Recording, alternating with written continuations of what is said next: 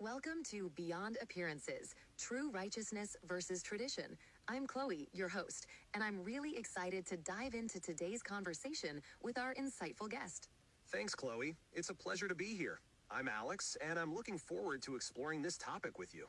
Today, we're tackling a really profound idea: the contrast between superficial religious traditions and the deep internal obedience and love that truly fulfills God's law. It's about looking past the outward show, isn't it? Absolutely. It's easy to get caught up in the visible aspects of faith or practice, but the real power, the true influence, comes from the heart. We'll be exploring what that means for us today. Alex, building on that, Jesus used these powerful metaphors of salt and light to describe our essential role and influence. What do you think he was trying to convey about our impact in the world? That's such a foundational image, Chloe.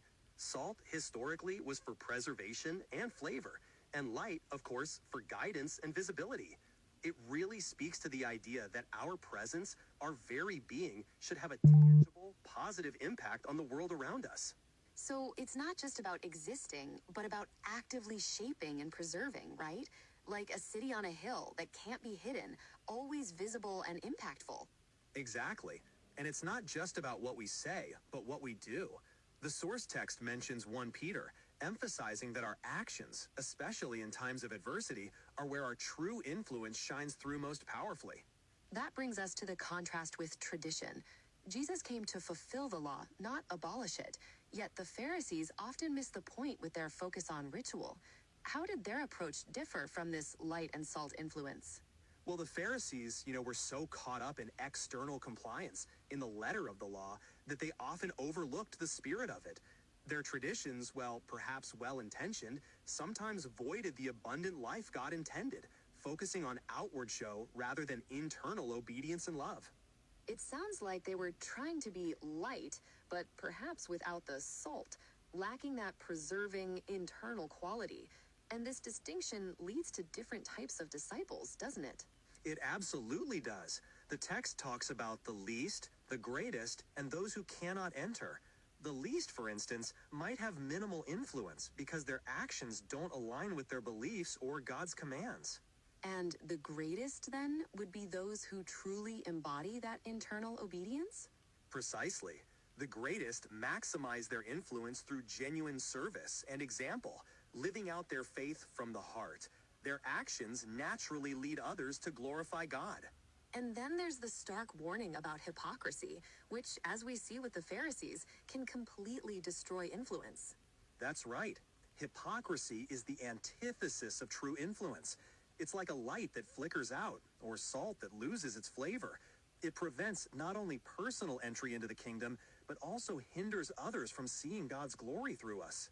So ultimately, it comes down to our actions reflecting an obedience from the heart, not just outward acts, to truly glorify God. That's the core of it, Chloe. Our influence isn't for personal recognition, but to lead others to glorify God. It's a powerful call to self-reflection, asking ourselves if our lives genuinely point to Him. It really makes you think about the daily choices we make and how they contribute to that larger purpose. Indeed. Every interaction, every decision is an opportunity to either dim or brighten that light, to either preserve or lose that saltiness.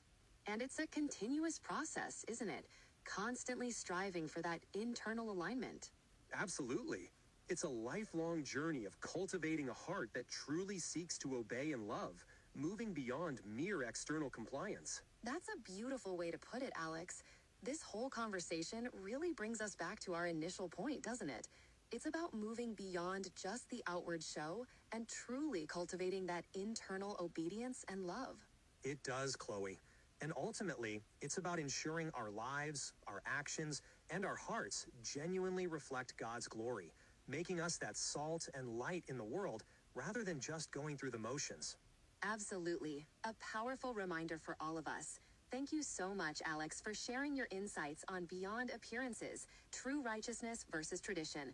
It's been a truly thought-provoking discussion. My pleasure, Chloe. Thanks for having me. And to our listeners, we hope this conversation encourages you to reflect on where true righteousness lies in your own life. Join us next time for more deep dives into meaningful topics. Join us at the Little Rock Church of Christ, 2610 Reservoir Road, Little Rock, Arkansas.